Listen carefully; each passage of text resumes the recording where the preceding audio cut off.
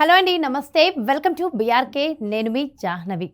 అప్పుడప్పుడు మనం సినీ సెలబ్రిటీలు మత్తు పదార్థాలు అంటే డ్రగ్స్తో పట్టుబడడం చూస్తూనే ఉంటాం కదా. మరి ఇప్పుడు ఫోక్ సింగర్ నుండి సినిమా సింగర్ వరకు ఎదిగిన మంగ్లీ కూడా డ్రగ్స్తో పట్టుబడ్డారు. ఆమెపై కేసు కూడా నమోదైంది.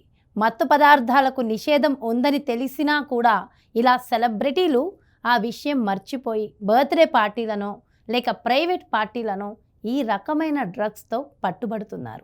ఇక మంగ్లీ విషయానికి వస్తే చేవెళ్లలోని ఈర్లపల్లి గ్రామ శివారులో ఉన్న త్రిపుర రిసార్ట్లో మంగళవారం అర్ధరాత్రి వరకు మంగ్లీ జన్మదిన వేడుకలు అట్టహాసంగా జరిగాయి. అనుమతి లేకుండా బర్త్డే పార్టీ నిర్వహించిన కారణంతో పోలీసులు ఆమెపై కేసు నమోదు చేశారు. మంగ్లీ తన పుట్టినరోజు సందర్భంగా మంగళవారం రాత్రి చేవెళ్ల త్రిపుర రిసార్ట్లో తన స్నేహితులకు పార్టీ ఇచ్చారు. ఈ పార్టీకి చిత్ర పరిశ్రమకు చెందిన పలువురు సెలబ్రిటీలు కూడా వెళ్లారు.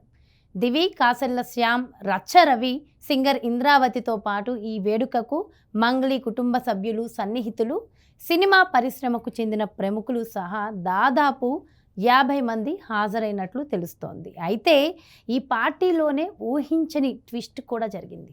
విశ్వసనీయ వర్గాల సమాచారం ప్రకారం పార్టీలో భారీగా విదేశీ మద్యంతో పాటు గంజాయి కూడా సరఫరా చేసినట్లు తెలుస్తుంది. దీనిపై సమాచారం అందుకున్న చేవెళ్ల పోలీసులు త్రిపుర రిసార్ట్పై ఆకస్మిక దాడులు చేశారు. ఈ దాడుల్లో పెద్ద మొత్తంలో విదేశీ మద్యాన్ని పోలీసులైతే స్వాధీనం చేసుకున్నట్లు తెలుస్తుంది. అంతేకాకుండా పార్టీలో ఉన్న 48 మందికి పోలీసులు గంజాయి పరీక్షలు నిర్వహించగా అందులో 9 మందికి పాజిటివ్గా నిర్ధారణ అయినట్లు తెలుస్తుంది. ఈ ఘటనపై పార్టీ నిర్వాహకులపై పోలీసులు NDPS యాక్ట్ కింద కేసు నమోదు చేసుకుని దర్యాప్తును ముమ్మరం చేశారు. ఈ ఘటన ఇప్పుడు సినీ వర్గాల్లో అయితే హాట్ టాపిక్గా మారింది. చూద్దాం మరి సింగర్ మంగ్లీ కేసు విషయంలో ఇంకెన్ని ట్విస్టులు బయటకొస్తాయో.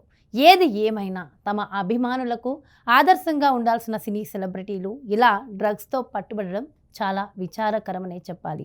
మరి ఈ అంశంపై మీరేమనుకుంటున్నారో కామెంట్స్ రూపంలో తెలియజేయండి. మరో టాపిక్తో మళ్ళీ కలుద్దాం. అంతవరకు కీప్ వాచింగ్ బీఆర్కే. మీ జాహ్నవి.